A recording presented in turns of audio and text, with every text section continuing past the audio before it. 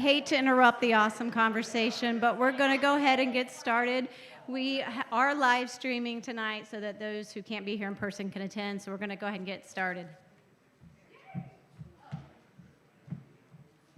We're going to start with a slideshow.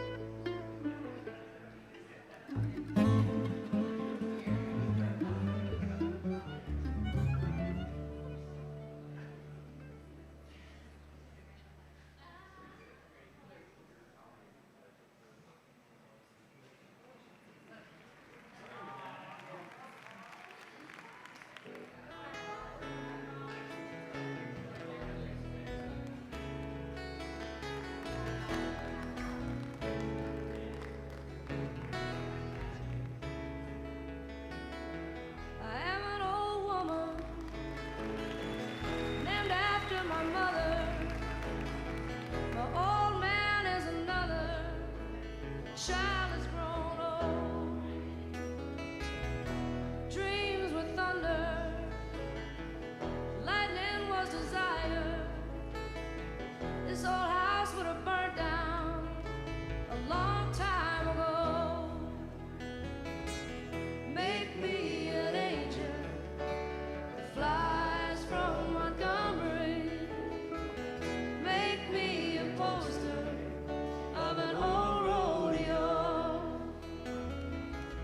Just give me one thing I can hold on to believe in this living is just a hard way to go.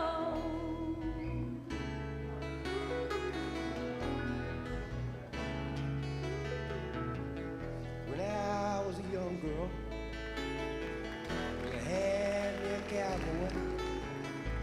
He weren't much to look at, just a free rambling man. But that was a long time, and no matter how I tried, the years just flow by like a broken down dam. Make me an angel that flies from Montgomery. Make me a poster of an old rodeo.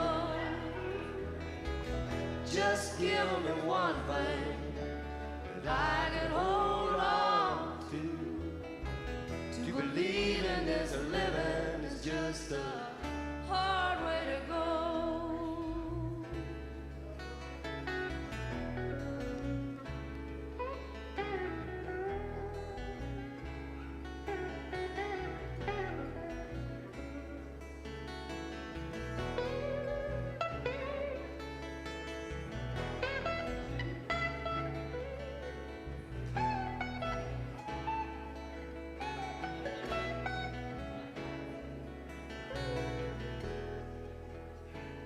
There's flies in the kitchen, I can hear 'em, they're buzzing. And I ain't done nothing since I woke up today. How the hell can a person gonna work in the morning, come home in the evening, and have nothing to say? Make me an angel that flies from Montgomery.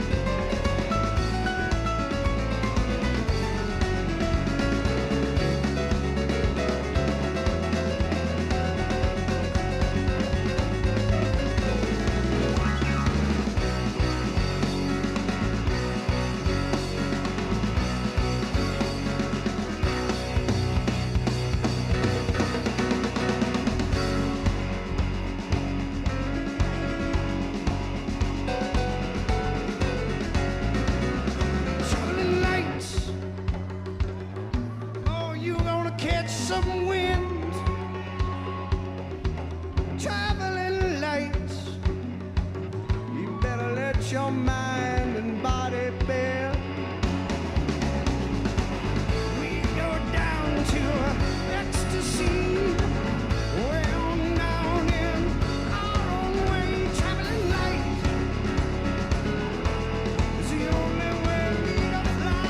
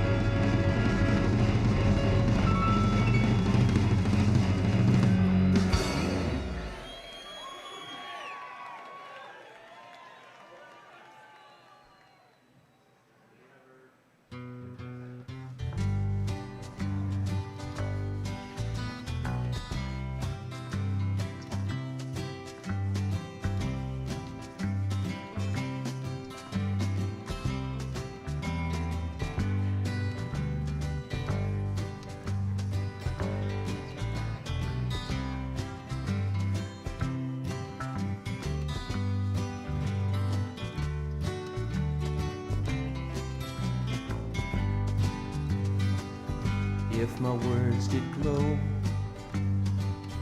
with the gold of sunshine, and my tunes were played on the harp unstrung, would you hear my voice come through the music? Would you hold it near as it were your own? It's a hand-me-down. The thoughts are broken. Perhaps they're better left unsung. I don't know. Don't really care. Let there be songs to fill the air. Ripple in still water when there is no pebble tossed, nor wind to blow. Reach out your hand. If your cup be empty, if your cup is full, may it be again, let it be known. There is a fountain that was not made by the hands of men. There is a road, no simple highway between the dawn and the dark of night. And if you go, no one may follow. That path is for your steps alone. Ripple in still water when there is no pebble tossed, no wind to blow. You choose to lead, must follow. But if you fall alone. If you should stand, then who's to guide you? If I knew the way, I would take you home. La da da da, la da da da, la da da, la da, la da da da, la da da da, la da da da, la da da da, la da da da.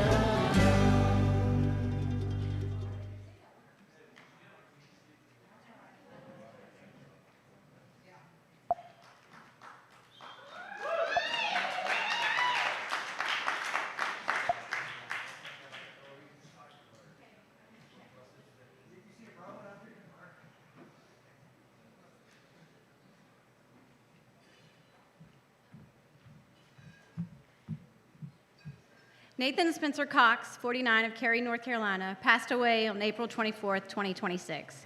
He will be remembered for his kind heart, quick wit, passion for music, and remarkable sense of humor. He had a gift for making people laugh and bringing lightness to those around him. Nathan was born in Arlington, Virginia on April 30th, 1976, to the late Sally Spencer Cox and William Gary Cox. Raised in Roanoke, Virginia, Nathan grew up surrounded by a large extended family, a revolving door of laughter, and friendships that became lifelong bonds. He was equally blessed to spend the summers and meaningful time in California with his father, stepmother, and younger brother and sister. Nathan was a 1994 graduate of North Cross High School in Roanoke, Virginia, where he played football, golf, and saxophone. His passion for music eventually led him to Belmont University in Nashville, Tennessee, where he graduated in 1999 with a degree in music business. He later made his home in Cary, North Carolina, where he joined his mother for over 15 years in running a successful State Farm insurance business. Music was one of Nathan's greatest passions and a constant source of joy throughout his life.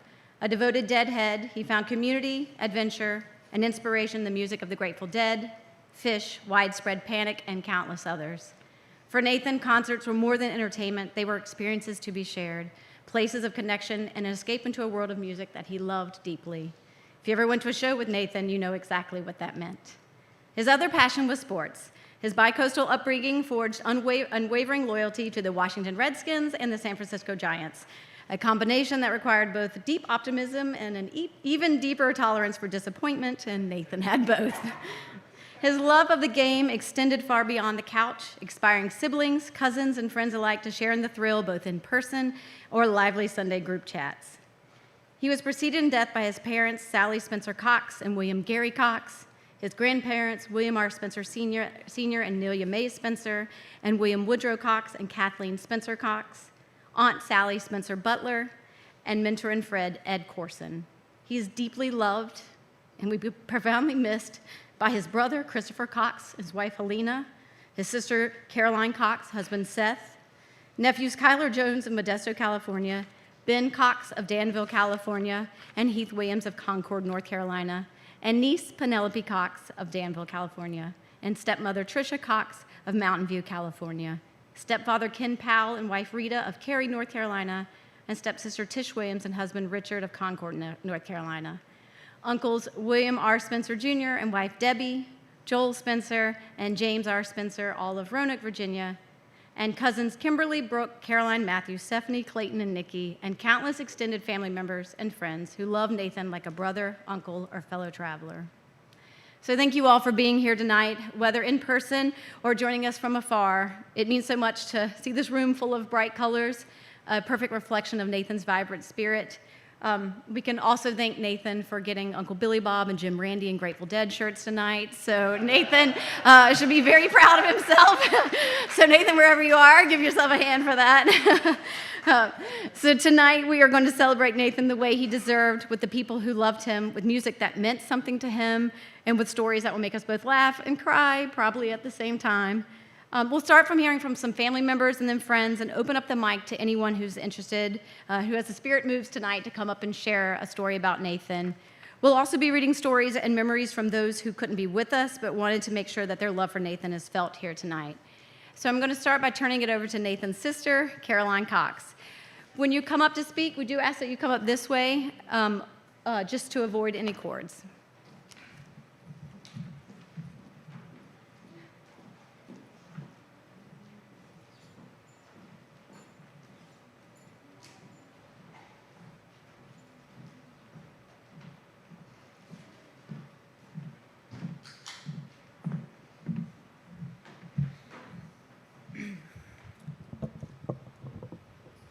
Hi. I'm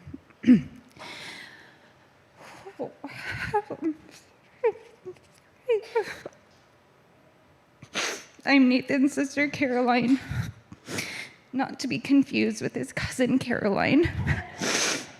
And on behalf of my family, we would like to thank you all for being here, both physically and virtually. And I want to thank everyone on the Spencer side, especially cousin Caroline, who stepped up to the plate and put this all in motion. I sincerely thank you from the bottom of my heart.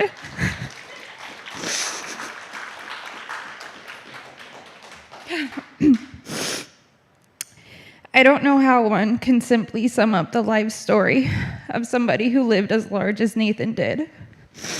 There's so much that I want to say, and so much that I don't know how to say. So instead, I'm just going to share a few memories. Nathan's my oldest brother. He was one of my protectors and a constant source of light and love. Nathan was the one who first showed me what a huge impact music can have on your soul. He had an uncanny way of always knowing exactly what I was wanting to listen to.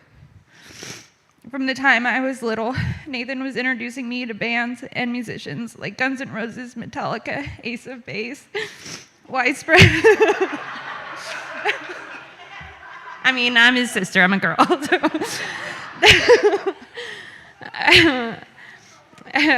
Widespread Panic, Iggy Pop, obviously. It is. And he actually was, I think, wanting to make an Ace of Base song my ringtone for him, so. Iggy Pop, Grateful Dead, John Prine, Buddy Miles, specifically the album A Message to the People, which was, in Nathan's words, probably his absolute favorite vinyl that he owned, and countless others. When Nathan was away, he would send me CDs to listen to before texting and cell phones were a thing. He was also the one who gave me my first music video when I was like 9. It was Ace of Base. And I remember running to the TV to plop that VHS in, and I was instantly transported into a dream world. Nathan was always sharing songs back and forth with our brother Christopher and myself throughout the years. And later on, after getting the seal of approval from both of my brothers, Seth actually got to get in on those song sharing texts with Nathan too.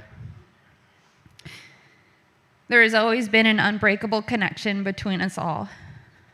My brothers actually had at one point talked about the three of us getting matching sibling tattoos. They wanted to get a rooster in honor of our last name, Cox. We didn't go through with it, thank God. But to this day, I'm still not sure if they were joking or not. I didn't think so. Okay. But I've always taken such comfort in knowing that the three of us share the same sense of humor. We tend to lean on sarcasm and jokes and cover our tears up with smiles. There's actually an older picture of Nathan, Christopher, and me on a tiger at Marine World. It was shown earlier. And Nathan and I would share it for National Siblings Day with a joke of, "We ride tigers, what do you do?" It was our favorite picture of the three of us, and Nathan was very pleased when I told him that I got that picture tattooed on my leg. Nathan's laugh, his voice calling me sis, and his smile were like sunshine for my heart. I remember a time we went to LA as a family to go visit Nathan when he was living out there working as a scout for a record company. I felt so cool and lucky to have such a badass brother. I also remember seeing Sunset Boulevard for the first time and being so confused because there was nothing sunset about it. But none of that mattered because we were there to be with my beautiful and amazing brother, Nathan. Nathan's light knew no limits, and his love knew no boundaries. His encouraging spirit could brighten up any and all situations. Though he is no longer here on earth with us, his light, his love, and his larger-than-life story lives on in each and every one of us that he interacted with. Even though there was a 9-year age gap and physical distance between us, it never got in the way of our unspoken bond. Nathan had a natural ease about him, and I always felt understood, seen, and heard by him. And that is a true gift in life, to just have someone who gets you. Shortly after our dad passed away a year ago, Nathan and I were talking, and Nathan was at a Widespread Panic concert. He said they played Keep Me in Your Heart, and that it was like our dad talking directly to him.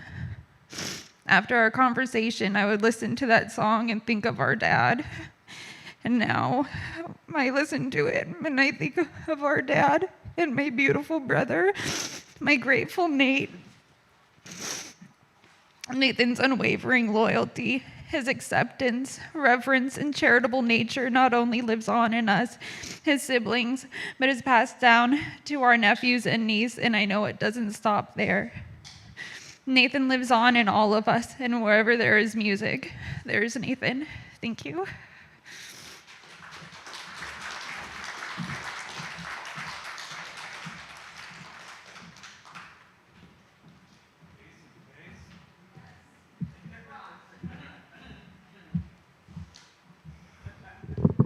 No Ace of Base stories from me. I'll start by saying grateful to be here. And I'm Chris, I'm Nathan's brother. I'm here tonight with my wife, Helena, my son, Ben, and our daughter, Penelope. I'm also here with my sister, Caroline, who you just met, Seth, and our mom, Trisha. It feels strange to be back in Roanoke without Nathan or our dad, but here we are. I'm also grateful to meet all of you again who came tonight, family and friends and my brother, who we all love and miss very much.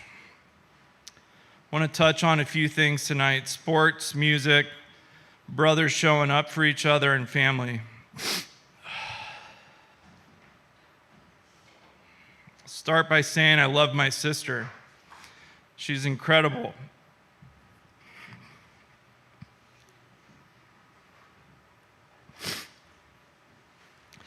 Beautiful, funny, smart, brave, fiercely loyal, compassionate, and yes, stubborn, which I suppose is a classic Cox family trait. She's 3 years younger than me, and despite the fact that I probably tormented and terrorized her for a good chunk of our childhood, I'm grateful every day for the relationship we have today, and I hope she is too. But as much as I love my sister, I always wanted a brother. And then I got one. He was like a surprise bonus brother that I didn't really know existed until I met him when I was around 5 years old. How cool is that? My wish came true. I loved Nathan immediately. I thought he was the coolest. I wanted to learn everything I could from him. I wanted to be like him. He was effortlessly cool, always smiling, friendly, seemingly never angry, always willing to engage in a conversation, and excited to share his love of sports and music. Whenever you were with Nathan, you felt like he was genuinely happy to be with you, and that's a rare gift. There are a few memories that always come to mind when I think about my brother. Sports. My first memories of Nathan are when I was about 5 or 6 years old. I remember going to a Giants game with him and my dad. Supposedly, I fell asleep on my dad as the game dragged on into extra innings. It was windy and cold, and honestly, I don't remember having that much fun. Nathan, on the other hand, loved it. Years later, he would remind me of that game, laughing because it happened before my obsession with sports had really taken hold. Now that I've had the chance to go to so many games with my own wife, kids, and family,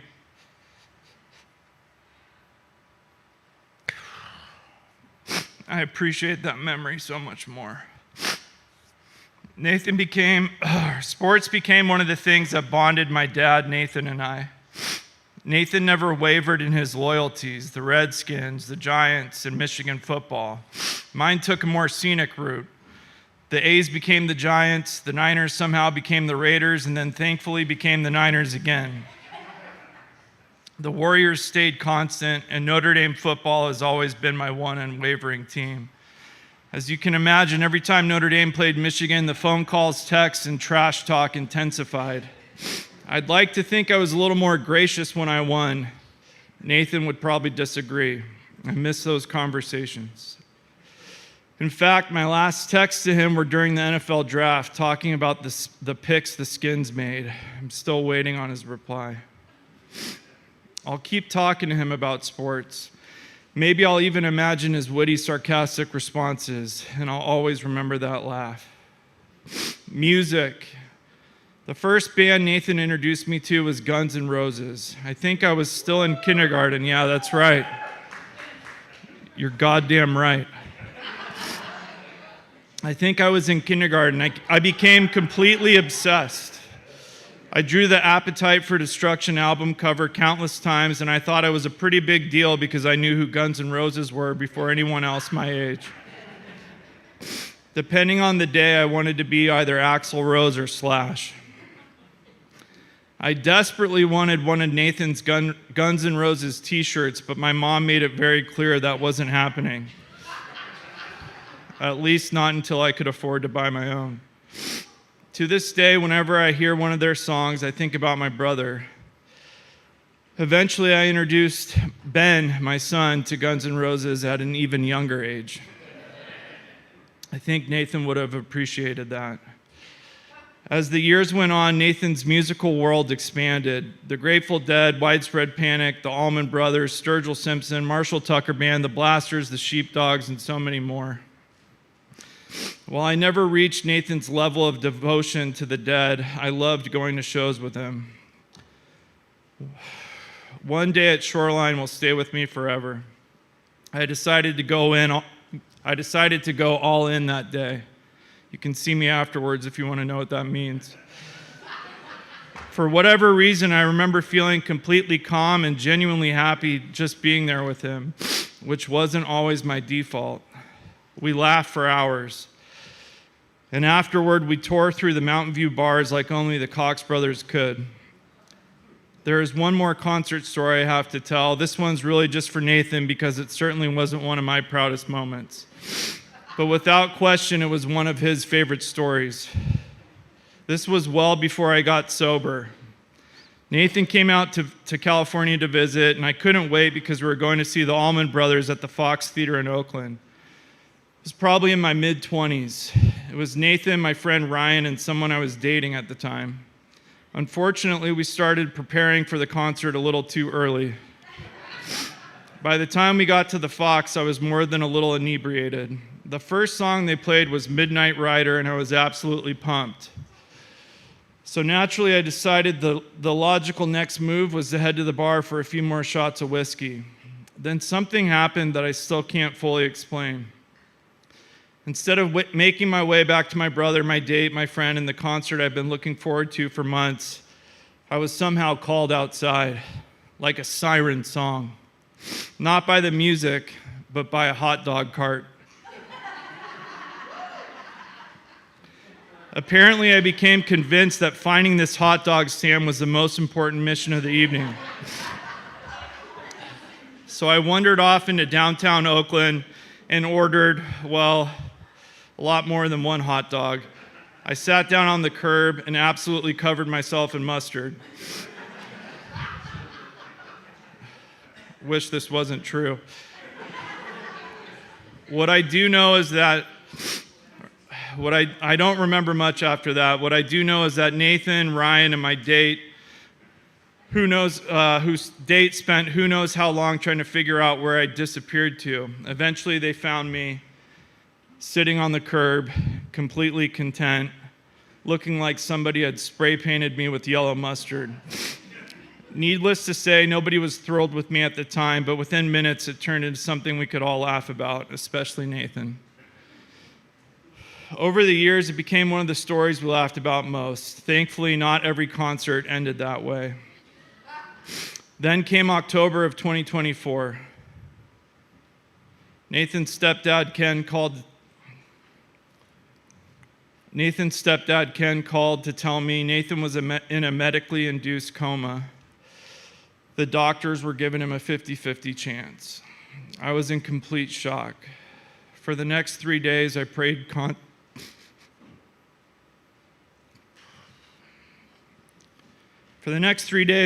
constantly and checked in every chance I got. Then the call came that he was going to make it. Felt like a miracle.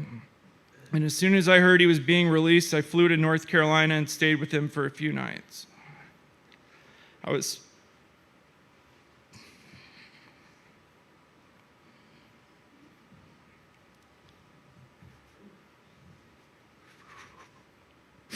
I was so grateful to hug my brother again.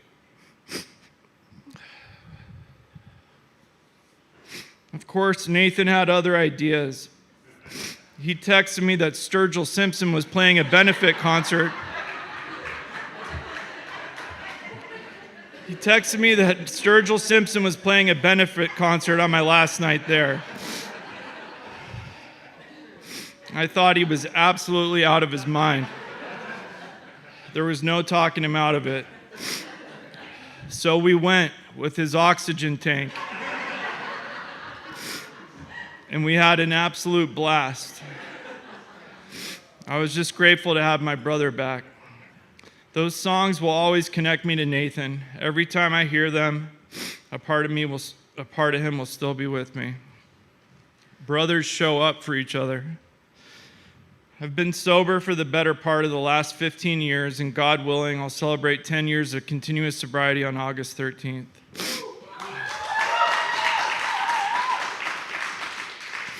Before I got sober, there were many late nights and early mornings when I'd call Nathan.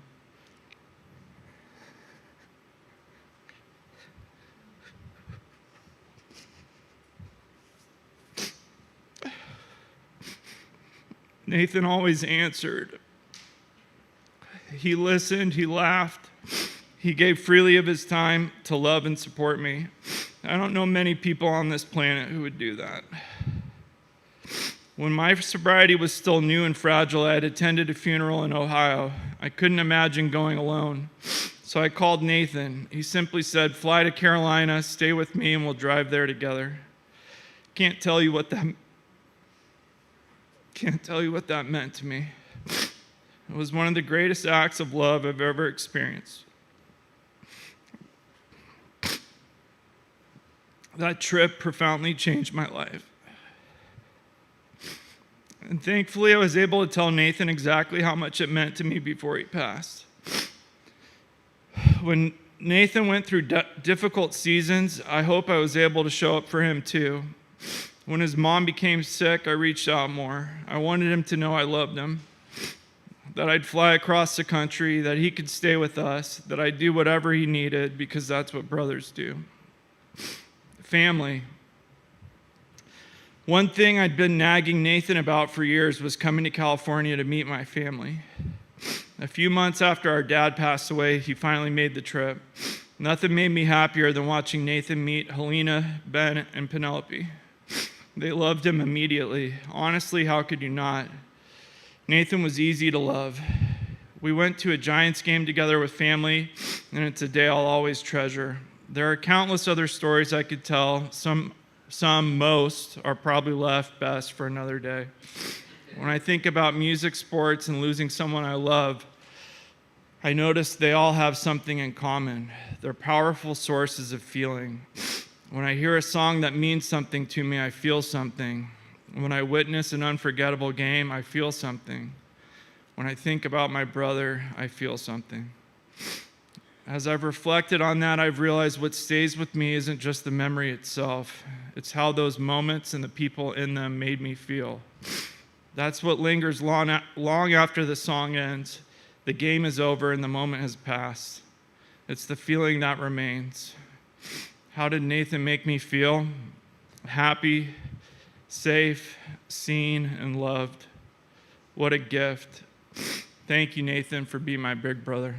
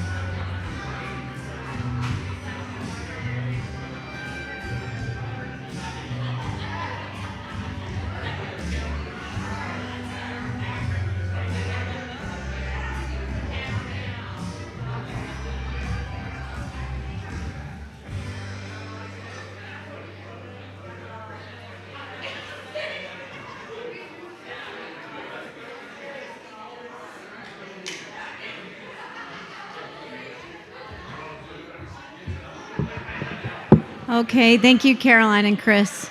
It was really touching and moving. Now we're going to hear from a good friend of Nathan's, Billy Triplett. Come on up. Thank you, Caroline.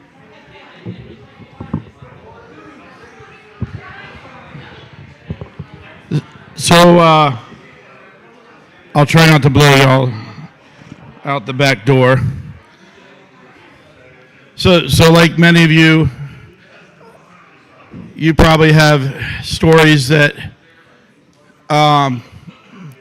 we could fill days, hours, weeks, years talking about our beloved Nate Dogg.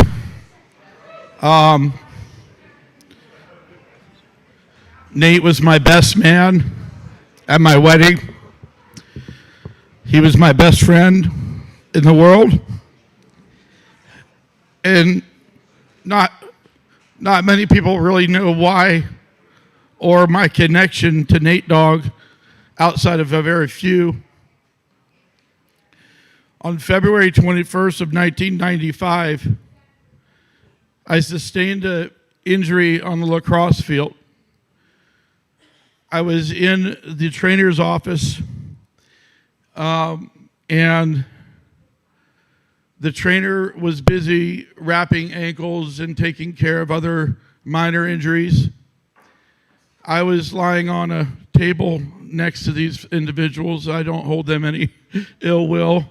They were injured. I had no idea what was going on. And the trainer asked me if I had a car, and I was like, no, I'm a freshman. I don't have a vehicle. And he's like, well, do you know anybody who can drive? And I was like, well, I do know this one guy. And Nate and I had made fast friends on our hallway at Randolph-Macon, which, funny enough, would be both of our first colleges. And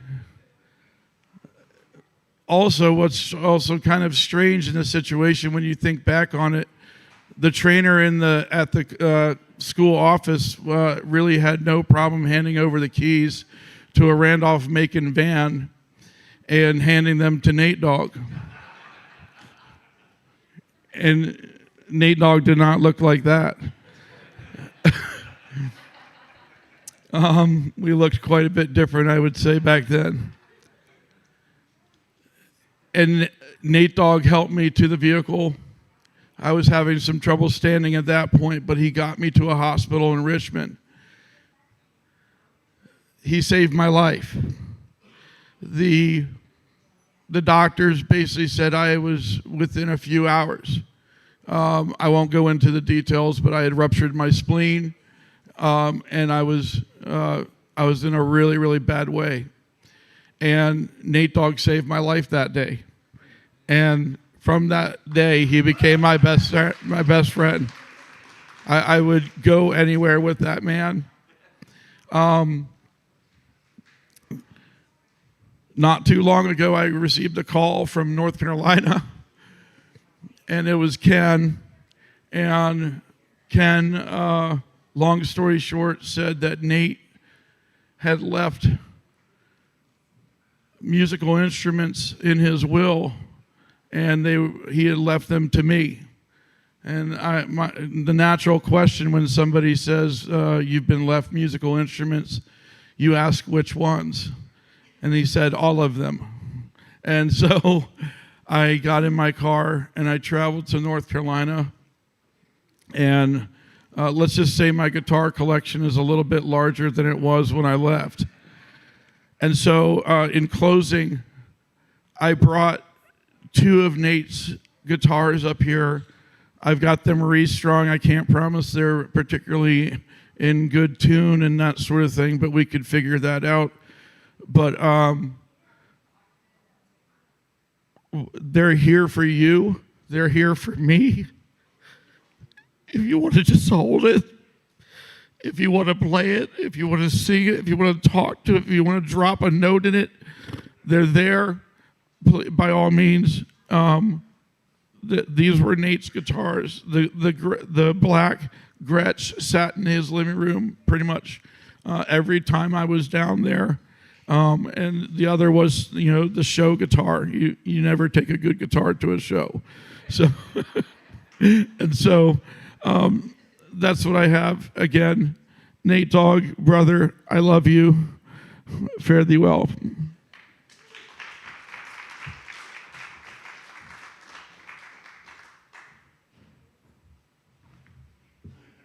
All right, we'll open it up to anyone who wants to come up and say some words about Nathan.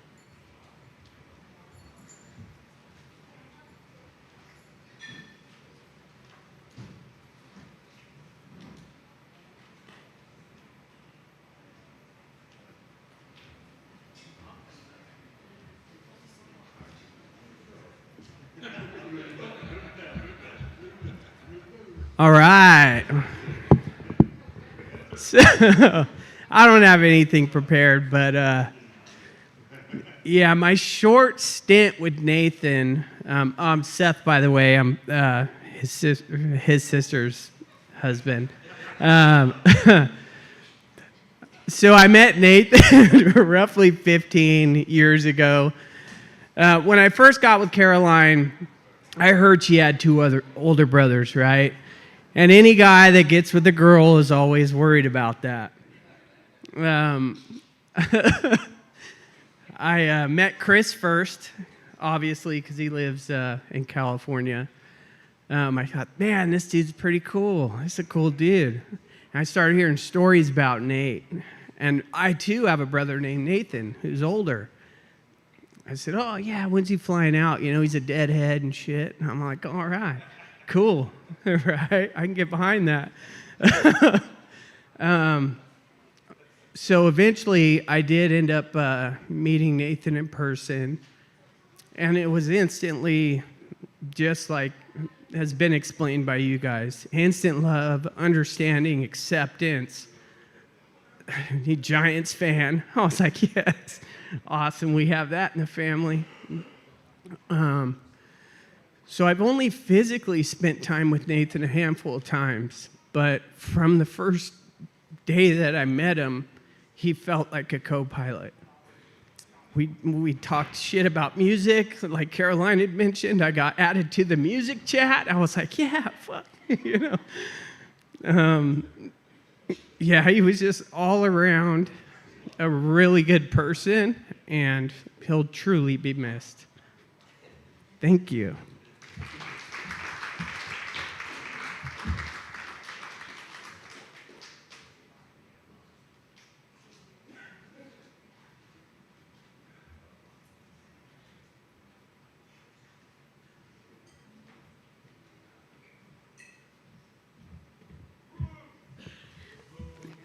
Got to lower it a little bit. Good evening. I am not brave enough to read or say my own words, so I'm going to read other people's thoughts, and Caroline is going to cue up the images of folks that left really sweet sentiments on Nathan's page, so I'm able to do that. But my name is Brooke. I am this Caroline's sister and this Caroline's new cousin, but love Nathan like a brother. I was the oldest of four, so I didn't have a big brother, but I did, and the reason that I'm just going to read this. But I'm old now and can't see. Caroline gives it to me in 8 font. And it's like, here, read this. Thank you. That's mean. It's mean. It's hateful. But that's Caroline. Sorry. All right. Okay, good. We got Mike Hardy up there. He said, one of the greatest honors of my life is calling Nate a friend and my brother. I have so much gratitude for all the memories we shared together, going to shows, and most importantly, our conversations when I need to talk about life. You always answered my calls, no matter what time of day. We talked literally for hours at home. Heck, I think we could have had a successful podcast. And I guess I forgive you for not being an Apple user, able to FaceTime during those calls. But I understand you were proudly different and unique. At first, music bonded us. The Redskins humbled us, while somehow giving us hope. But in the end, love, respect, and my appreciation for you will stand the test of time. Thank you, Nathan. I miss you. I miss our stories, and I love you, brother. I'll sign off with Nathan's Hotmail signature on a group chat that raised my eyebrow and sparked my curiosity to learn who was gratefuldog@hotmail.com. Never had such a good time in my life before. I'd like to have it one more time. One good ride from start to end. I'd like to take that ride again. There is only one Grateful Dead. All right. Aaron McDermott. Nathan was a neighbor one street over. I always said he was the best person who lived on that street. We'd periodically chat while he sat on the porch, and I kept my dog occupied. He had a great laugh, and I always enjoyed our conversations. I kept telling him he needed to move to our circle because he matched our vibe, and he would complete it.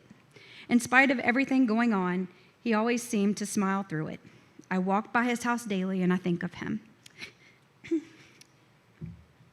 I'll be donating in Nathan's honor to the Rex Foundation, a charitable organization created by the Grateful Dead members. Keep jamming up there, Nathan. You will be missed.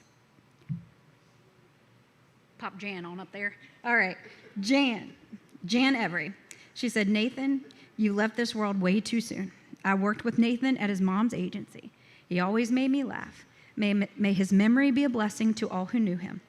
Jan said she thinks of Nathan so often when she hears, oh, this is Caroline's voice, sorry. She thinks of Nathan so often when she hears a certain song or a musician. One in particular she mentioned was Paradise by John Prine.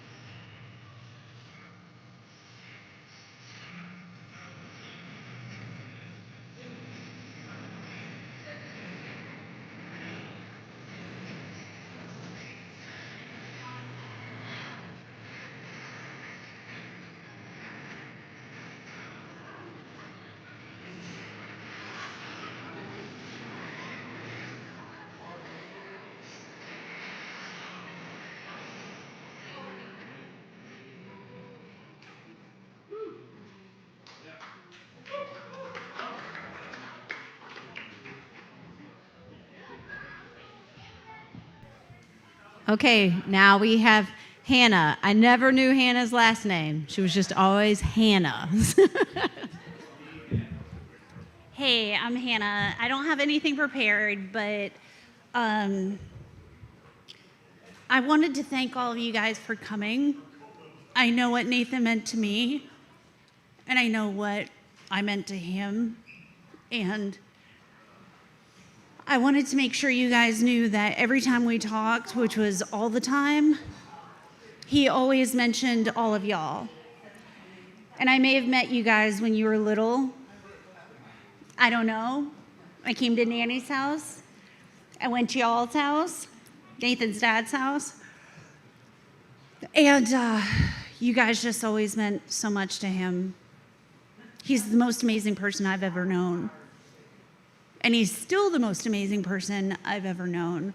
And that won't ever go away. I did want to tell you how Nathan and I met. Please don't judge me. So we went to Belmont together, and he transferred over from Randolph-Macon, like 98, I think. And he was 2 years older than I was, so he was able to live off campus. But he didn't actually live off campus. He lived in new campus housing, which were little, like condos, townhouse type things. And he lived with a bunch of guys that were in a band, and I liked their band, and I would go hang out, and Nathan was gone. I don't know where he was, but he's Nathan. He was just gone. And I was looking for the bathroom on one random night, and I accidentally walked into Nathan's room, and this is where the don't judge me part happens. I went into Nathan's room, and he wasn't there, and I just sat on his bed and looked around and thought, how can somebody be so much like me, but a boy? And I just would sit on his bed night after night and just look around and think, I don't know this person. I don't know his name. I don't know anything about him, but he's awesome.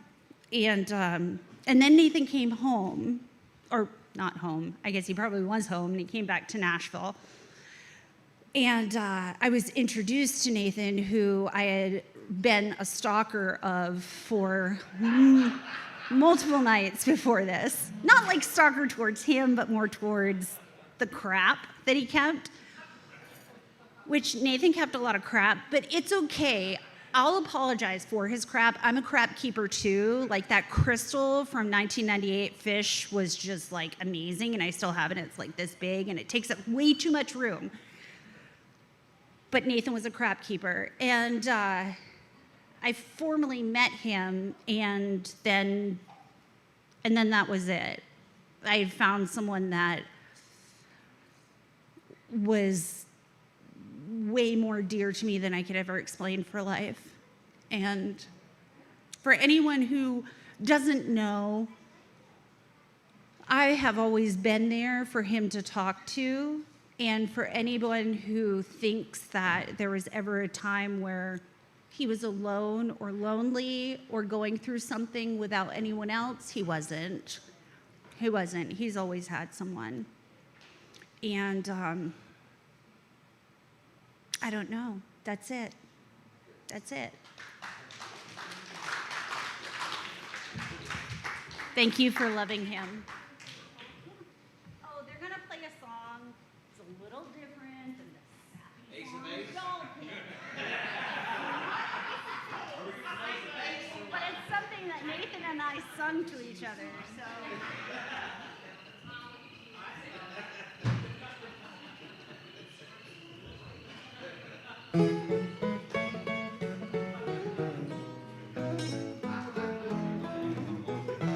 Oh, there ain't no bugs on me. There ain't no bugs on me. There may be bugs on some of you mugs, but there ain't no bugs on me. Well, the junior bug comes in the month of June. The lightning bug comes in May. The bed bug comes just any old time of day. He's not going to stay.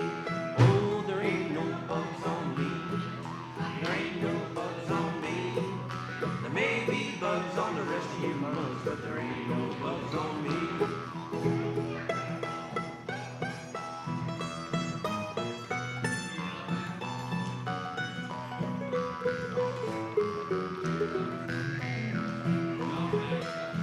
Well, a bullfrog sitting on a lily pad, looking up at the sky. The lily pad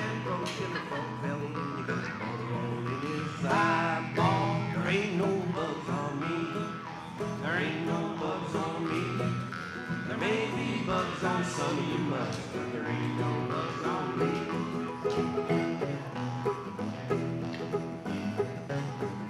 Get away, you little fly.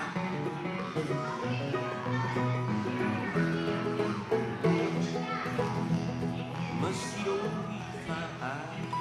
Mosquito, he fly low. No mosquito lands on me when the wind don't fly no more. Oh, there ain't no bugs on me. There ain't no bugs on me. There may be bugs on the rest of you mugs, but there ain't no bugs on me.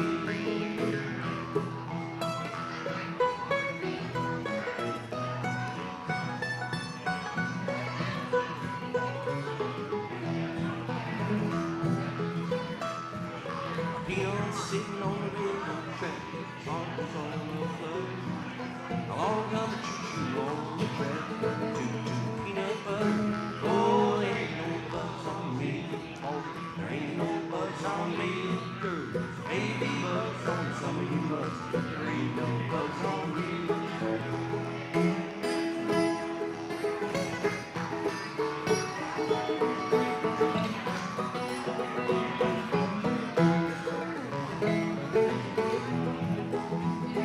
Well, little bugs have little bugs on their backs to bite 'em.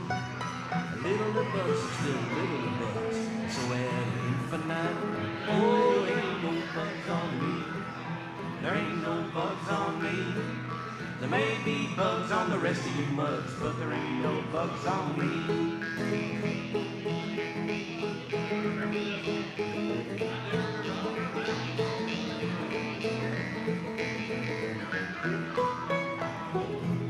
As I went walking through the woods, humming a tune so easy. The wind come whistling through the trees and floats my ukulele. Oh, there ain't no bugs on me. There ain't no bugs on me. There may be bugs on some of you mugs, but there ain't no bugs on me. Oh, there ain't no flies on me.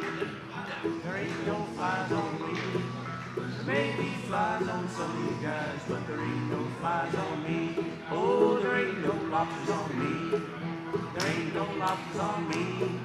There may be lobsters on some of you monsters, but there ain't no lobsters on me. Oh, it ain't gonna rain no more. It ain't gonna rain no more. How in the heck can I wash my neck when it ain't gonna rain no more? Oh, it ain't gonna rain no more, no more.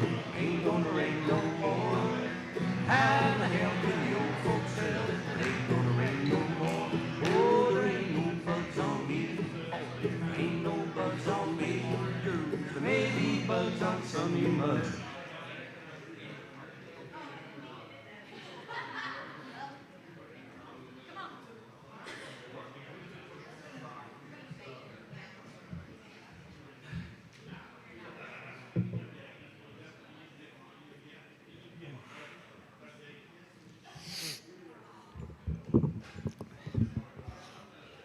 I would like to welcome everybody to the ugly cry version of the night. I'll get to some notes. My name is Jeff Langlois.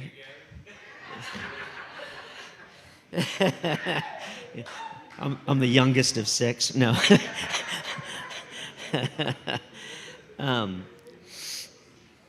I was working as a plebe with State Farm in 2003 in Sally's office. And it was at a time when you're proving yourself and you just can't take any time off. And I went into Sally's office and I didn't know her very well.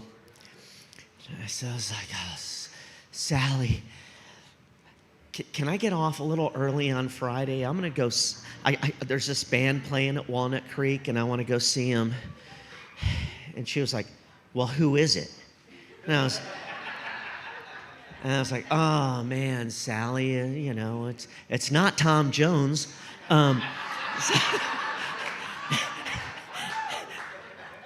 Who I have front row seats for in DPAC. That would be October 6th. So anyway, I said, well, Sally, it's this band called Widespread Panic. And she said, sit down. She got on the phone. Nathan, at the time, was living in California.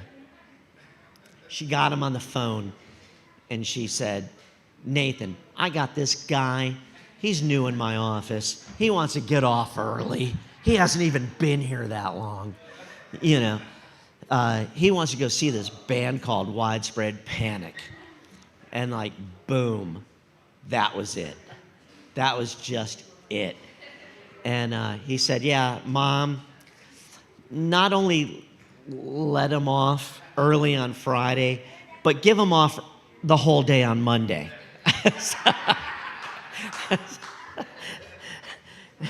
And it was about a couple months later that he moved to North Carolina. And there was a time when he and I were both at our office for a short period of time before I really established myself and became a State Farm agent. Thank you, Caroline. Thank you, Caroline. So just a couple things. So my connection, other than friendship and love, was music with Nathan. I love the Dead.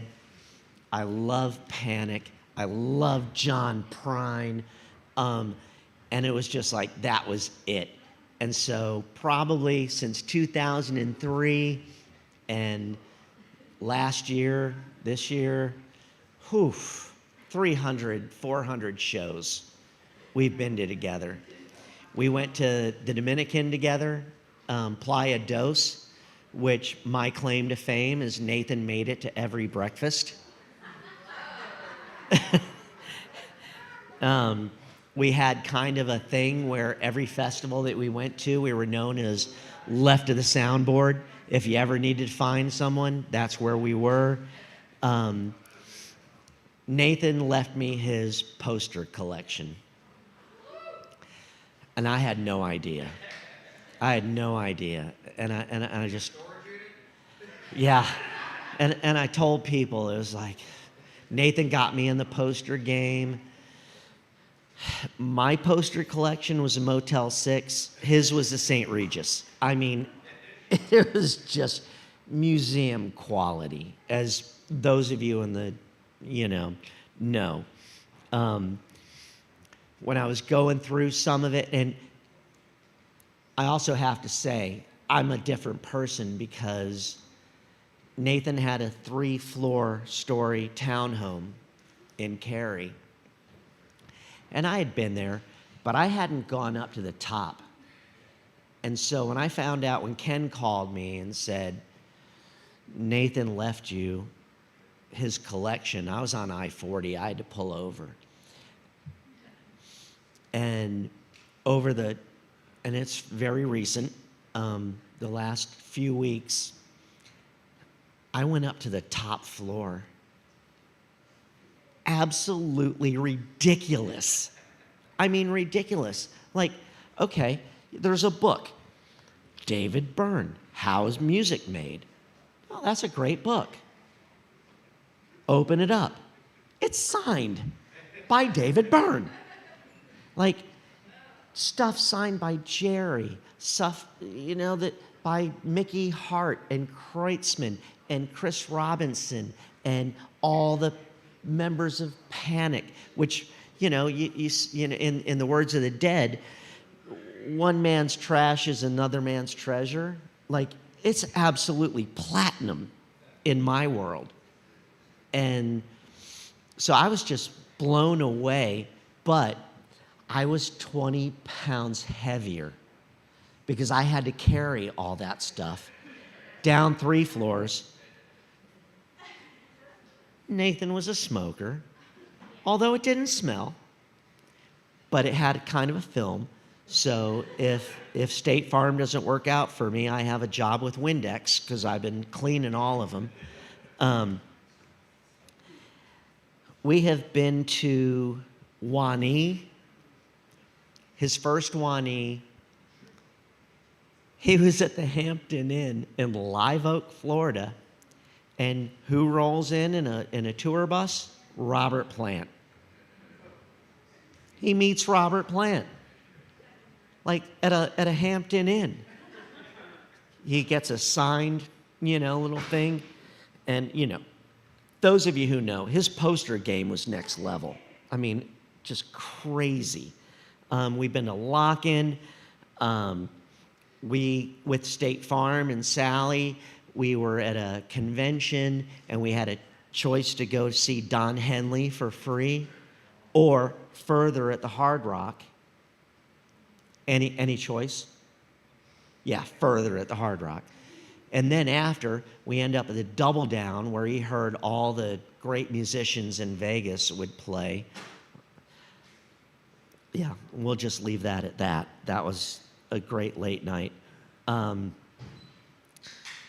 When we went to Playa Dos, and he went to 13 of them straight. I don't want to get too personal, but in order for me to go, I kind of had to accuse my ex-wife of having an affair. So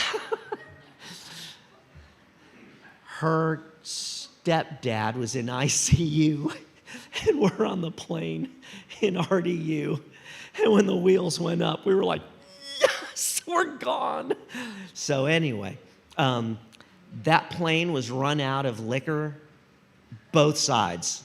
Like, they just came back and said, we're out. His sticker game, his costume game was next level. I miss that I can't send him inappropriate memes. We were talking about having a podcast about music. And now I'm stuck having one about like the red flags of online dating. Anyone that has any stories, please share. Nathan made himself my forever roommate. I am surrounded by Nathan in my house. And it is the most beautiful thing ever. I mean, it took me about 3 weeks of just, it was so emotional. Like, I would go in a sticker box and I'd find a sticker of the two of us at Playa. Like, where did that come from?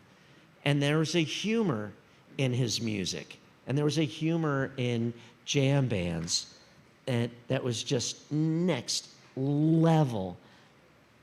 And I know someone mentioned it about, Ace of Base. Like Nathan, like my first concert was Liberace. And Nathan knew so much more about music than my pinky holds. From rap to jam bands to hip hop to, and if I could ever find something that would make his eyes, it was like, wow, man, that was a big win. That was a big win right there,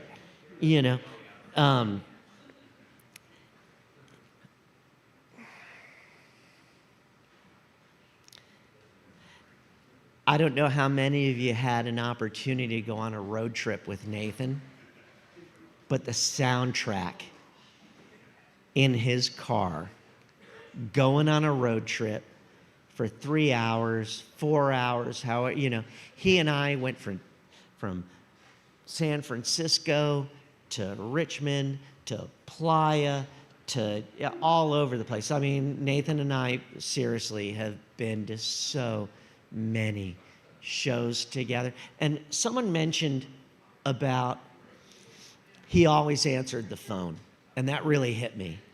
Like, anytime I called Nathan, Jeffrey, it would just like, boom, he was there. And they say when someone loses a limb, you kind of have those ghost pains. I've been having them about Nathan ever since. Like, just, Nathan, man, I just went to David Byrne and I can't call you. you know? And Nathan, I just saw the funniest reel, and I can't call you. And that's who he was, man. He was available. He was there. He was happy. He was sunshine. He was lightning in a bottle. And he became my brother. And I love Nathan.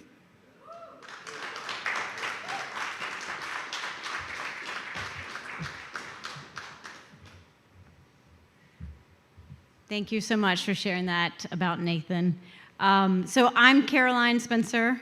I'm Nathan's cousin, not Sister Caroline, but like my sister Brooke said, we have a new cousin, Caroline.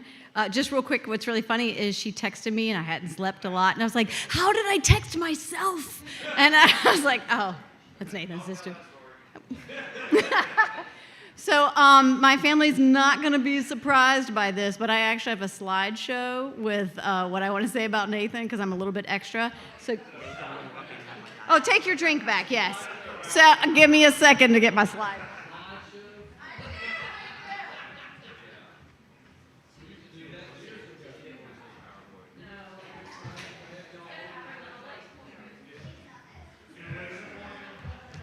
I think I got to take the mic off to do this. I even have a clicker. Okay, yeah, here we go. Okay, and I wrote it down because we're criers in our family, so if I don't write it down, I'm not going to get through this. So we have a family group chat, and when I say family, I mean it's our cousins, our uncles, our aunt. Yes, it is a great family group chat. Actually, I don't know if you guys know this, but we actually have several family group chats. I don't know why we suck at this so bad, but somebody keeps leaving someone off. Thanks, Matthew. And there's like, you do get left off. And there's like 3 iterations of this family group chat. I have to keep adding people onto it. And I'm like, ugh, y'all are impossible. Yeah, and so now, Erica, you're old enough to join the family group chat. It's a bunch of our uncles, the older people, sharing political memes, and we're all like, ugh. So anyways, but Nathan muted us at some point, but he still chimed in. He did. And Stephanie did too. And Nathan told me separately, he's like, I muted the family group chat. But he would still chime in randomly. Every so often with a random hilarious comment. And one of my favorite moments was in January. We were planning a family dinner, just like we used to have every Sunday at Nanny and Granddaddy's house.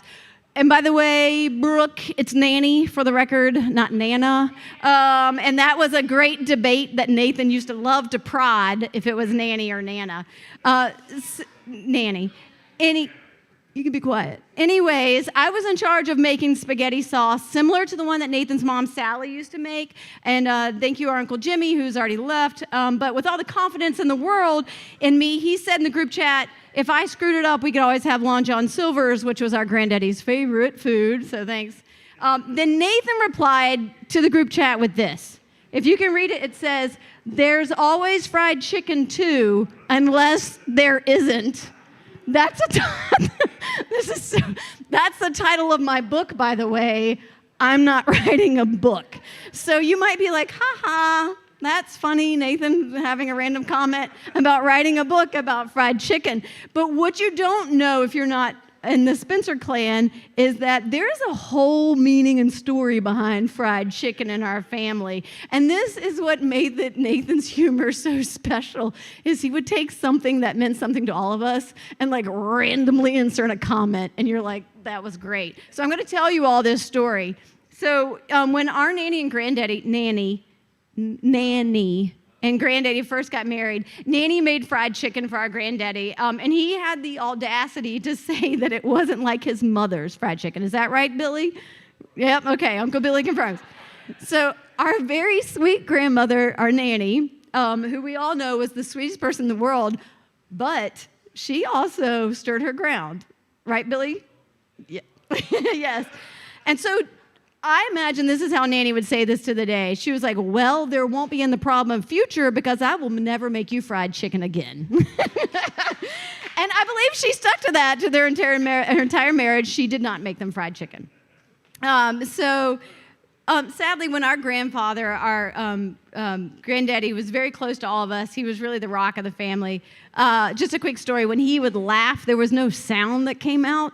It was just like, and so you're like, oh, Granddaddy finds this funny. He's laughing. You had to look to make sure. But when he passed away, everyone from our grandparents' church, and I mean everyone, brought fried chicken after the funeral. But what's really funny is they did not know the fried chicken story. So these people who did not know the fried chicken story flooded my nanny's house with fried chicken. And so we all figured it was Granddaddy's very cheeky way of playing a joke from us on heaven. Lots of laugh about that story in our family about the fried chicken. So fast forward to 2022 when our nanny passed away. We, of course, ordered fried chicken because it's a joke, right? We're like, well, we got to have fried chicken now.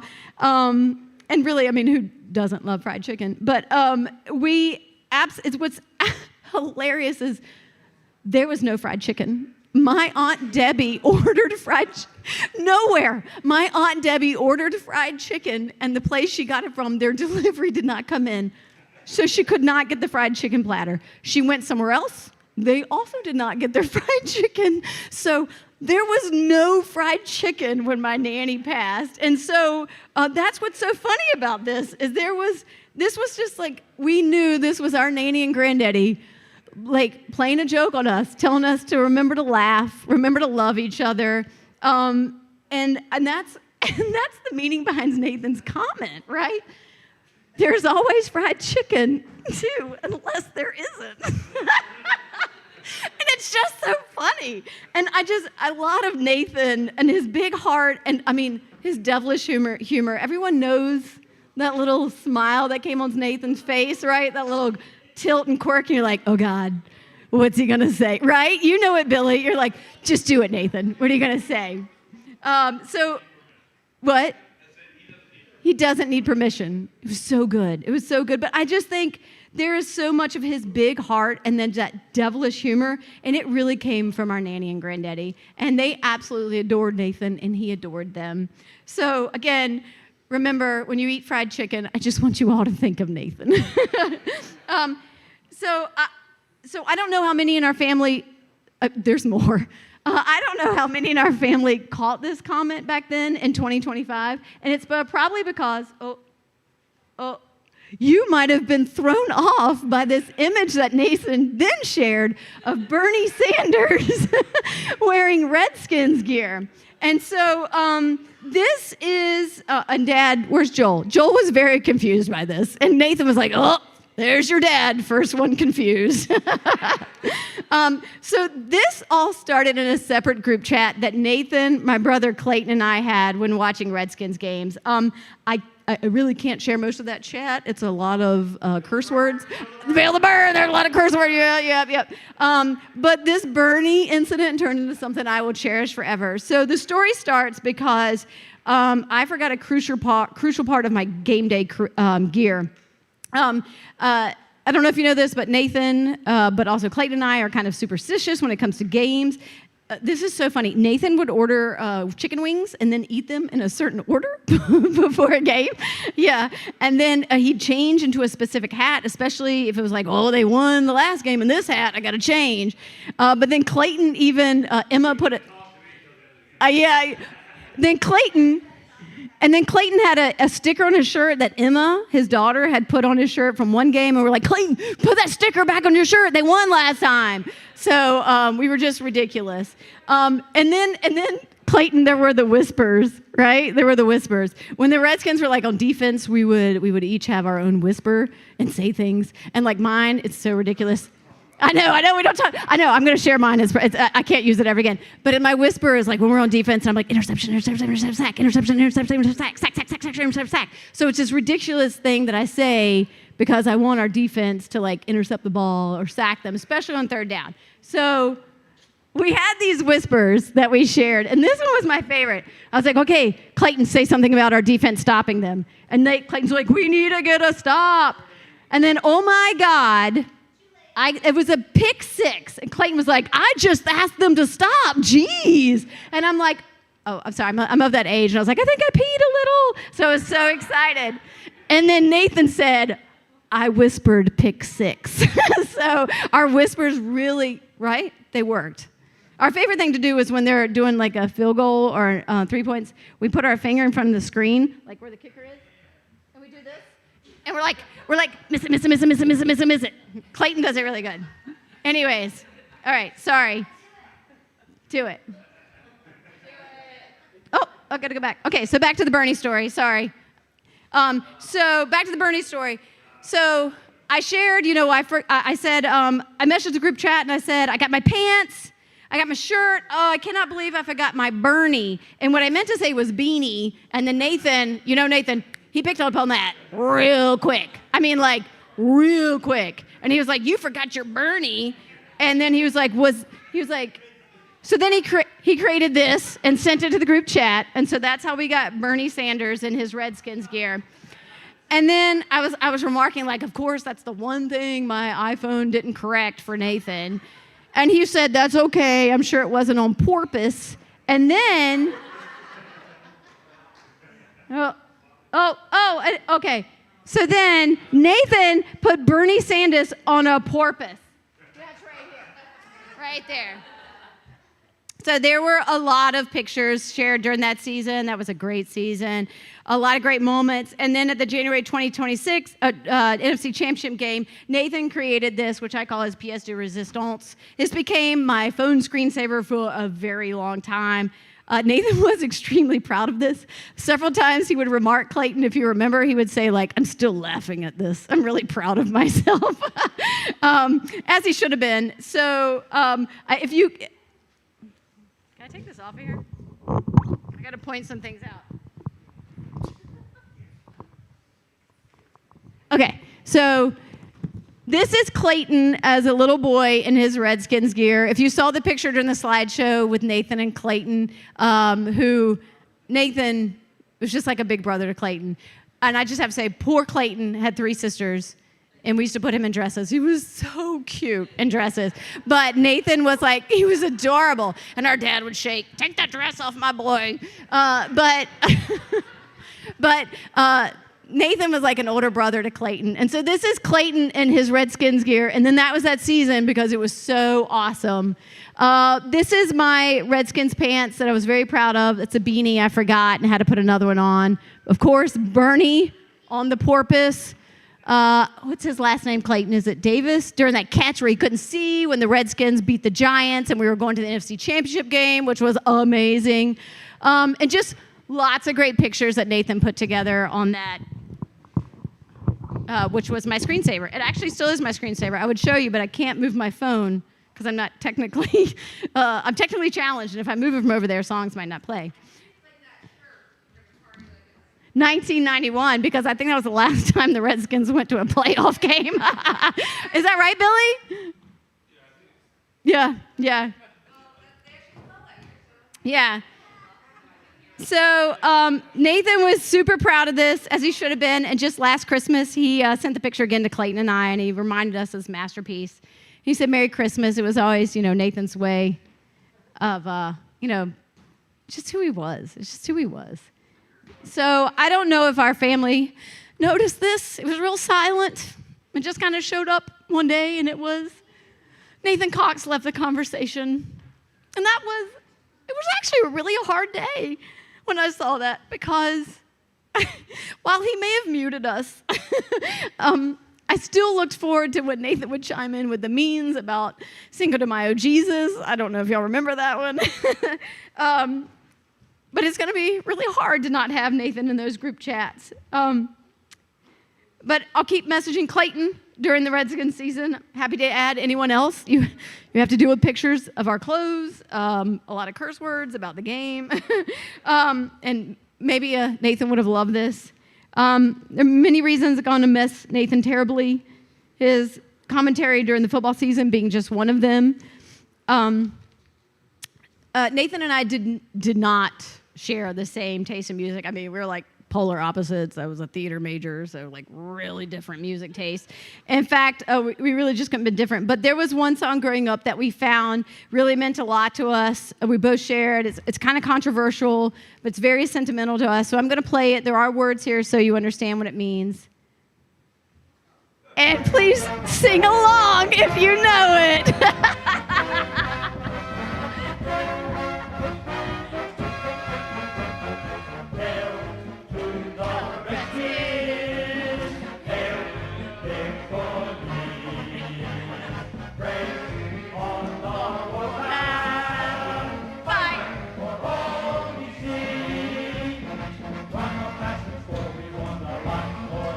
Good job, Billy.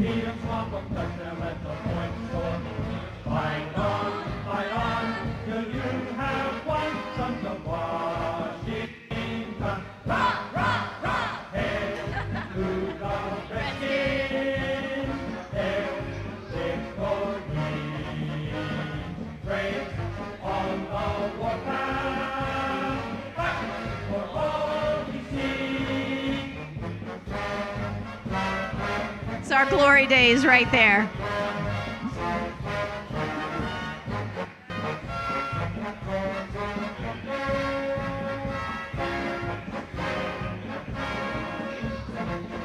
All right, I won't subject you to the whole song, especially my husband, who's a Carolina Panthers fan. Yeah, he hates that song. He hates it. So, again, when you eat fried chicken, I want you to think of Nathan. When you watch a Commanders game or Redskins game, we think of Nathan. Love him dearly. We'll miss him so much. Thank you all for being here and celebrating Nathan.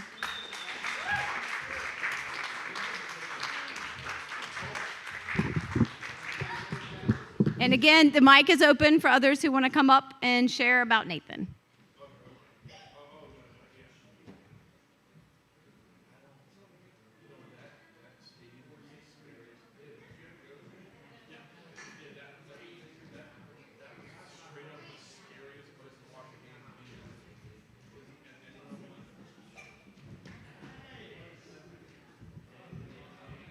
All right, I'm just filler. But we want to honor the people. Seriously, we do want to honor those that had words for Nathan. And we feel like since this is being streamed, I want them to be able to, their voices to be heard, if I can read correctly. All right, you got Stacy up there. There we go. This is Stacy Fraley. She says, "My dear Nathan, I still can't believe that I won't run into you at the next show. We were in New Orleans when I saw the news celebrating our upcoming 50th birthdays. I remember meeting you shortly before our 40th birthdays and deciding to do a joint celebration. Panny was playing, and we rented a party bus to take us to the pre-show to Walnut Creek. What a sight those bus pics were. So much fun.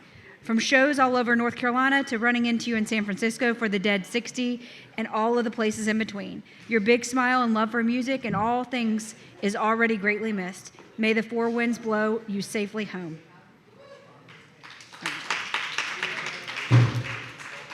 Okay, this is Randy Press. Says, "Nate was so kind and genuine, so authentic and gentle. Lots of late night conversations about music and life. Many amazing memories, sharing music and burritos at Lickin' Music Festival. Heaven is blessed to have him. He will be missed on earth. God bless. Sending love."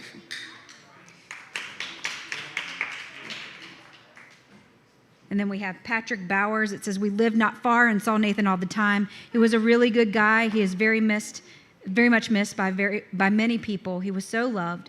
We have been constantly talking about him. He will not fade away." We'll do a couple more, Caroline? Okay.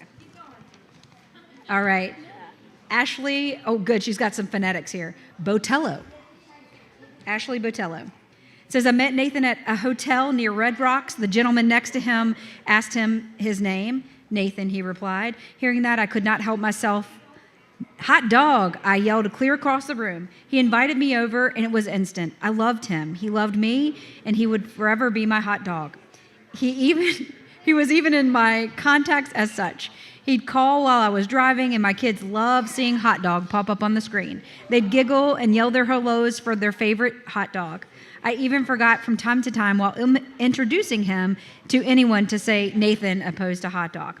It was such a great joke between us, far more than a decade of the most amazing friendship, a decade I wish I could repeat again and again. In honor of my friend, I've turned hot dog into an acronym. It stands for heart open, truly devoted, only grateful. This way, I can keep him with us by being the friend that he was to so many, that he definitely was to me. I love you, hot dog, yesterday, today, and always."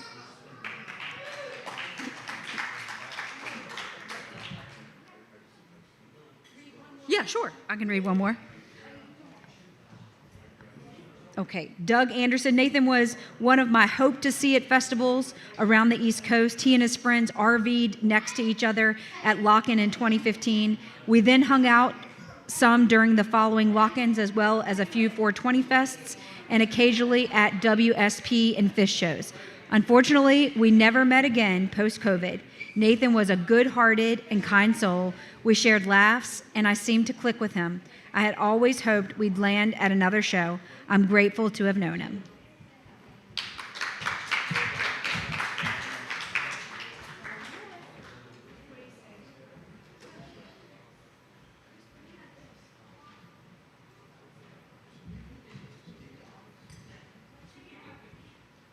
I'm Tricia. I'm Nathan's stepmother.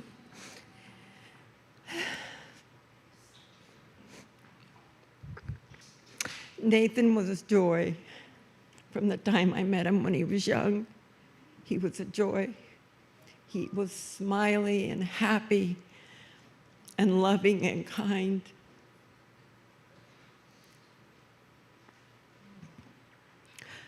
When he was hospitalized, and Ken, his stepdad, would call Bill and myself, Nathan's dad, and he would call us every day and give us an update. And all I remember is praying that Nathan would make it and praying that he'd have more time with us and hoping and wishing that he and his dad would see each other. Nathan was unable to come out when his dad got very sick because the doctor wouldn't release him to travel.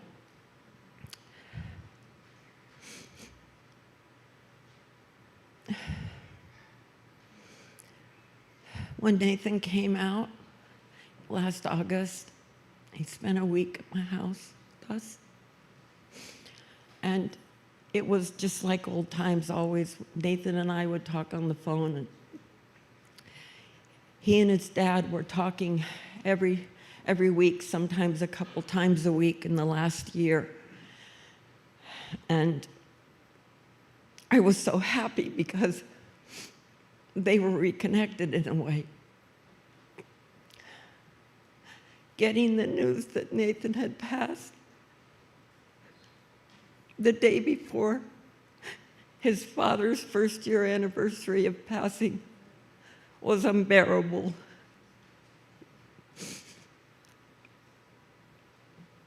But I knew that he was with his mother and his father, and they were all together again. I loved Nathan's laugh. I loved that he made me laugh.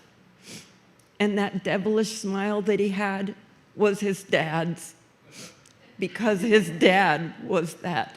He was devilishly sarcastic and would say anything just to get a rise. But when they were together, they were two peas in a pod. And I just wanted to say how much I loved him, how much I'll miss him. And thank you for welcoming my family here. Thank you.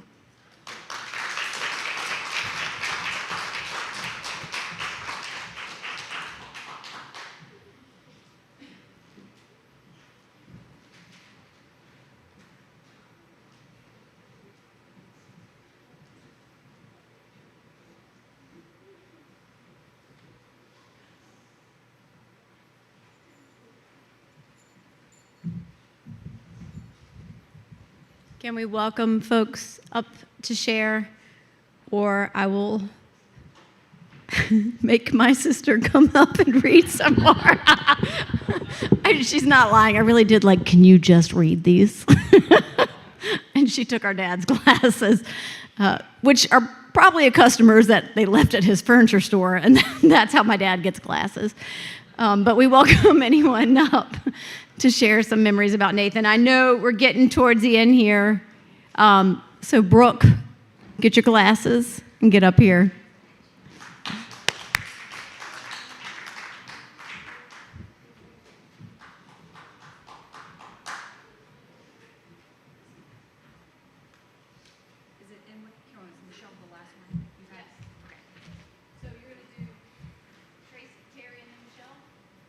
Yep, that looks right. Poke my eye out. I got it. I can read. All right. Whoa. All right, Terry LaRocca. I'm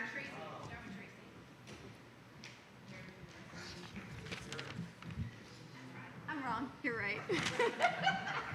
Jeez. Anyway, Terry LaRocca. After Nathan's mother passed, I had the privilege of becoming closer with Nathan. His mother, Sally, and I had a lot in common. We were both mothers to only sons whom we'd raised on our own, and we were both State Farm agents. After Sally passed, I really connected with Nathan, and he became more of a friend to me. I was grateful to be there for him during such a difficult time. He had lost his mom and best friend, and I understood that special bond that they shared. Nathan was such a great guy with a huge heart. In every conversation we had, he always made me laugh with his stories about his mom, concerts he'd been to, or his unique perspective on life. He had a way of bringing lightness even to the most difficult moments. I will always remember his warmth, humor, and the connection we shared through our love for Sally and for family. Okay, then the last one we have here is from Michelle Markham Russell. She said, how do you even begin to pick one story out of thousands to describe the unique relationship we had? You don't. You pick a moment and you hope it resonates. The year was 2005, and for once, Nathan didn't have a festival or show or trip planned at the end of October, so I invited him up to Roanoke to check out a local band that I liked. I told him it was costume optional. He agreed, said it would be fun, and he had a costume. That man knew how to score bonus points. We were at the show, and he asked about midway through about the party one of my friends usually had. I told him it was happening right then, and at that moment, I didn't want to go. There was someone I'd rather not see. He tried so hard to convince me that we should go. There were people there that he'd like to see, and you know, Shell, it's not like I'm here that often. Nathan was a hell of a negotiator, and when he wanted something, he could be incredibly persistent and persuasive. He won. He knew he would. It was late when we got there. People were not at their best, drunk. One guy we called Cowboy fell down a bunch of stairs and landed in front of us, so we tried to help him up but weren't able to. There was a guy I didn't know just watching. I yelled at him, "You gonna stand there all night or are you gonna help us?" He came over to help us, and between the two of them, they got the dude up, and I found a place for him to recover his dignity.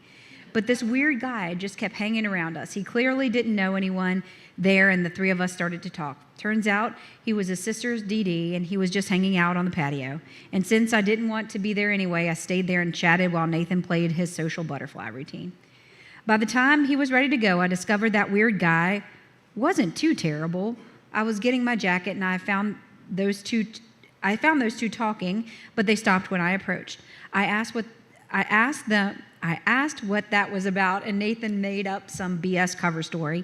When we got in the car, I told him I knew it was BS, and he claimed he didn't have any idea what I meant. Whatever. We went back to my house and did what we do, rehashed the night, and made fun of idiots and fell asleep. The next morning, he was heading out, and I noticed I had a voicemail from a number I didn't know. I listened to it. There was one question the guy asked. It wasn't appropriate, but it was funny. I looked over at Nathan and asked who the bleep Chris was and how did he have my number. "Oh, that's the guy you were talking to last night. I thought you liked him, so I gave him your number." "He's okay."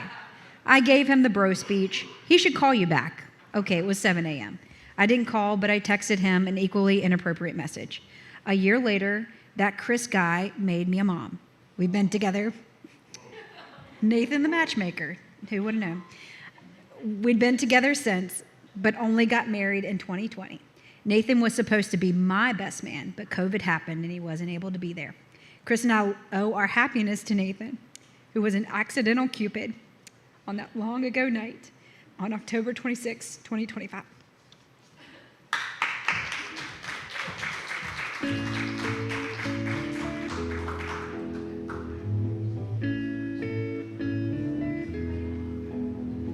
There are places I remember all my life, though some have changed, some forever, not for better.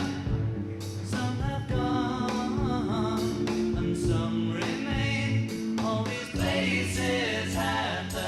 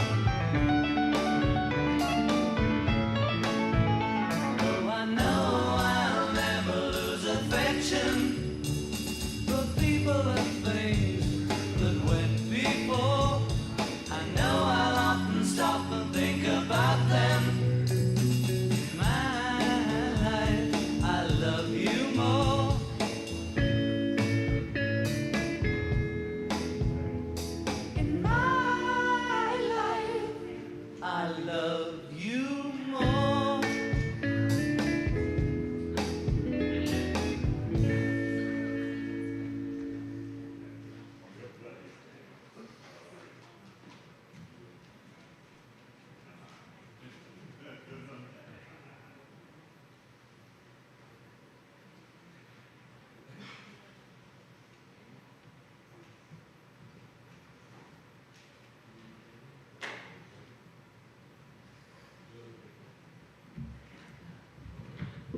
Hi. So most of you probably don't know me, but I'm from the Spencer side, Spencer Butler side. We're just gonna do that. My name's Erica. I am second cousin, I guess technically, to Nathan, cousin. Most of my stories with Nathan are from when I was about yay high. I do have a bone to pick with you Spencer people. I feel like you guys could have given me a little bit more of a warning of how crappy it is to be an adult. Just saying. The losses that we have had in the past few years have been rough. I was very fortunate for the first 20 years of my life to not have any losses and get to experience the Spencer family and the tightness of it. So yeah, you guys really could have given me a better warning. To speak on my mother's behalf, Nathan was pretty much her best friend when she was growing up. She wasn't the most popular person. We all know that, but she did not have a prom date, and Nathan stepped up to the plate, and there's this beautiful photo of her dressed up. She doesn't know how to dress up these days, but she got it good that one night, and she speaks so highly about Nathan. She has spent my entire life speaking incredibly highly about Nathan, about who he is as a person, how much he stood up for her and was her best friend. And I got to experience a very little bit of that. When I was growing up, Nathan was pretty much my designated ride to and from Sally's house. I would go every summer to spend a couple weeks down there with Sally, Ken, and Nathan. And that car ride was always filled with music. It also came with a couple arguments where I swore that Taylor Swift was going to be the best singer ever. He didn't agree with me, but I think she's doing pretty good these days. So he bought me CDs all the time. Any activity that we went to do, he would get me something that had to do with music. He was the Duke of the Cary Castle, because down in Cary, North Carolina, Sally's house was my castle escape every summer. And it's kind of like this bubble of a separate portion of my life down there. And I was the princess, Sally was the queen, Ken was the king. Of course, I mean, Sally obviously was the queen. But he played that role, and he played into my fantasies and played into all of my big dreams and wide imagination, and that's just kind of who Nathan always was and always will be in my memory. So, yeah, love you, Nathan.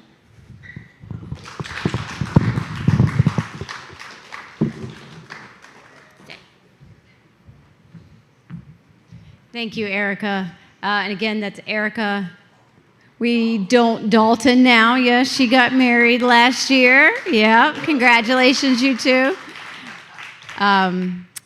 Yes, and her mom is Kimberly. She was the oldest of the cousins. So, well, if we don't have any other folks who are going to be brave enough to make it up tonight, we're going to close out.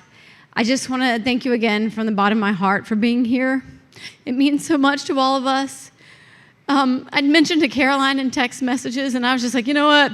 I'm just going to reach out and talk to her and figure out what we need to do. But I'd mentioned to her that growing up, we always heard about this family in California. And we're like, what do they look like? What do they do? And then, I'm not going to lie, Caroline, when I found out he had a sister named Caroline, I was like, oh my God, that's my name.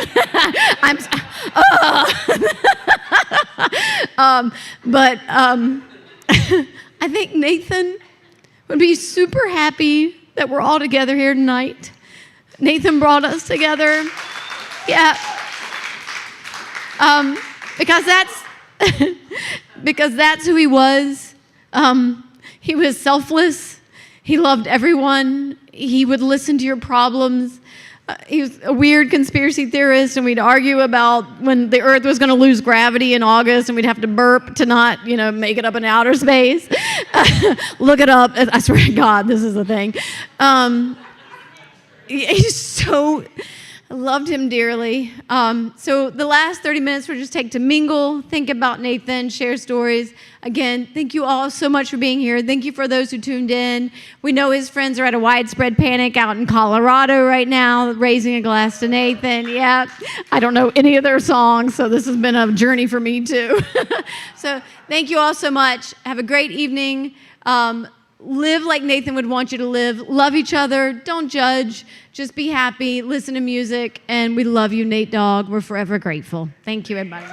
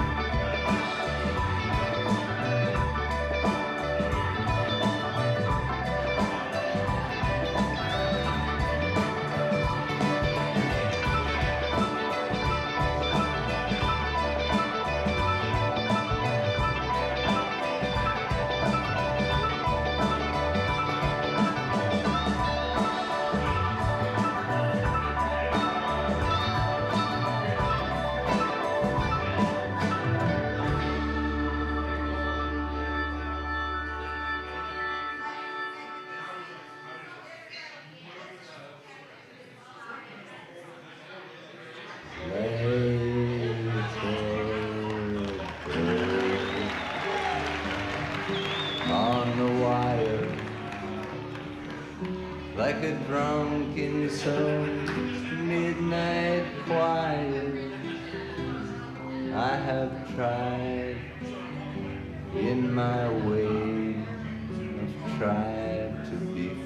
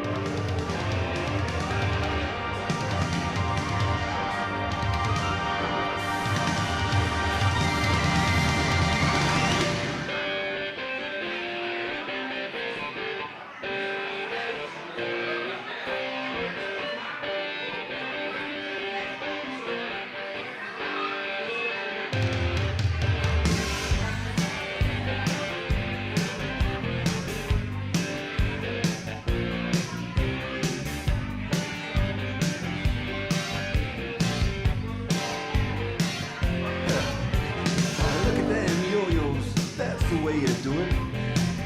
Play the guitar on the MTV. That ain't working, that's the way you do it. Money for nothing and your chicks for free. Now that ain't working, that's the way you do it. Let me tell you, them guys ain't dumb. Maybe get a blister on your little finger. Baby, get a blister on your thumb. We got to install microwave ovens, custom kitchen deliveries. We got to move these refrigerators. We got to move these color TVs. The little faggot with the earring and the makeup. Yeah, buddy, that's his own affair. The little faggot got his own jet airplane. The little faggot, he's a millionaire. We got to install microwave oven, custom kitchen deliveries. We got to move these refrigerators. We got to move these color TVs.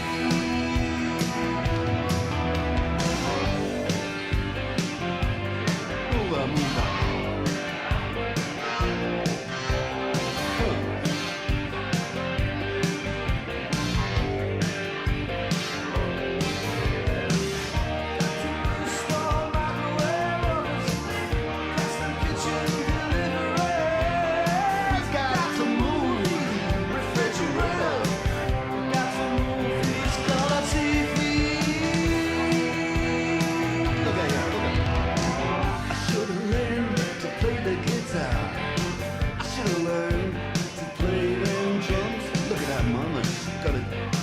In the cameraman.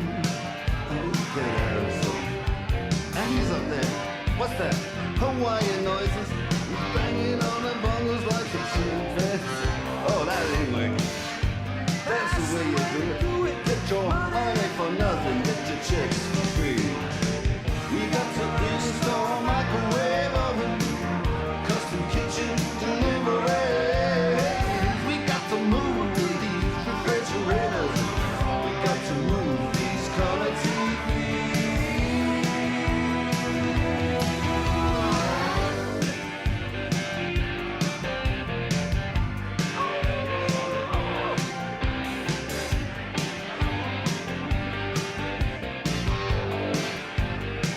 Listen here, now, that ain't working. That's the way you do it. You play the guitar on the MTV. That ain't working, that's the way you do it. Money for nothing and your chicks for free. Money for nothing, chicks for free. Money for nothing and your chicks for free. Ooh, that money for nothing, chicks for free. Money for nothing, chicks for free. Money, money.